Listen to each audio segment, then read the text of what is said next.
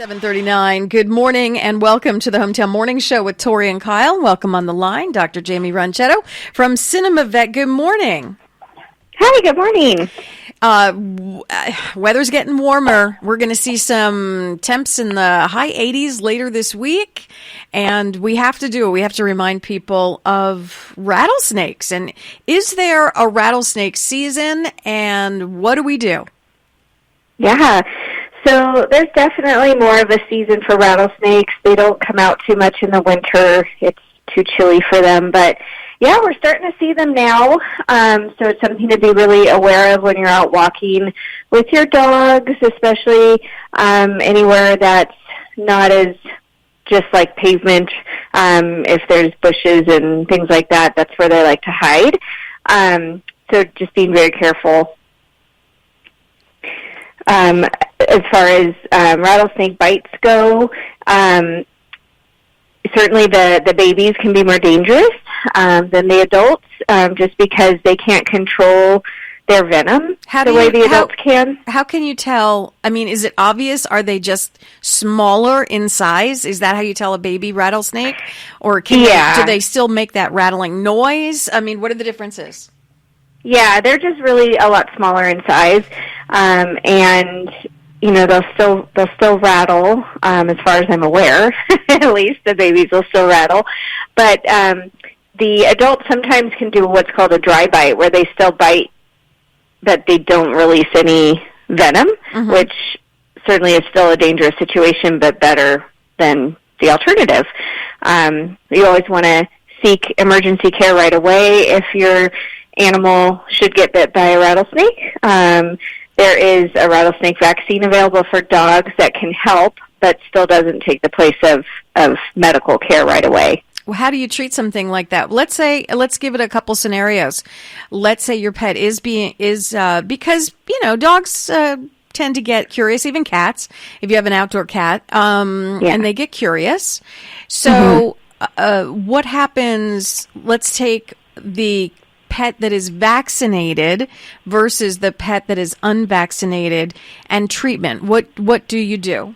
How do you know, by the way? What if your dog is outside, you're not really watching, you've got, a bigger dog and kind of the dog stays outside most of the time and you're not really watching, how do you know that the dog's or the cat has been bitten?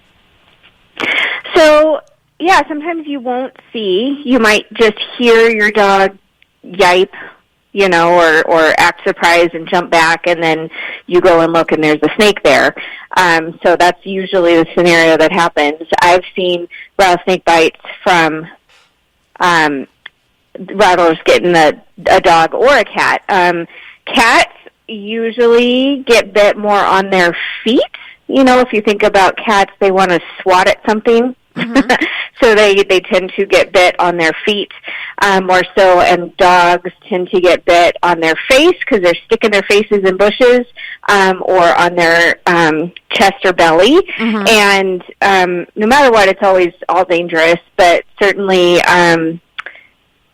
the animals that have not been vaccinated may have a harder time with recovery. So treatment is the same no matter what. It's just that the vaccine should help them be able to recover, not have as bad a signs as if they were not vaccinated. There are some hospitals that carry, like the bigger urgent care hospitals carry antivenom, which sometimes needs to be used to help them recover. What is the vaccination process like for this particular one? It's usually a series of 2. For the very, very large dogs or the very, very small dogs, the manufacturer says a series of 3 is better, just because of their size and how they may react to rattlesnake bites. They require 3, and it's boosted once a year. Once they have the initial series done, we booster it once a year, every year. Good to know. I didn't know that was a booster involved. That's good to know. While we're on the subject of this summer coming and heat coming and the change of the weather, how do we deal with fleas and ticks? Because I believe it's kind of the same season. Yeah, so I think we're going to have a really bad parasite season because of all the rain that we had. So mosquitoes, fleas, ticks, all of that. And we definitely recommend having all of your pets on a once-a-month preventative, whether that's an oral or topical. There's lots of options out there. It's just finding one that you think is best for your animal. And a lot of them are very they're very good at doing their job. So they prevent the fleas, they prevent the ticks from biting. There's many that will prevent mosquitoes. Some that don't prevent mosquitoes still prevent the heartworm that mosquitoes transmit, and that's the most important part.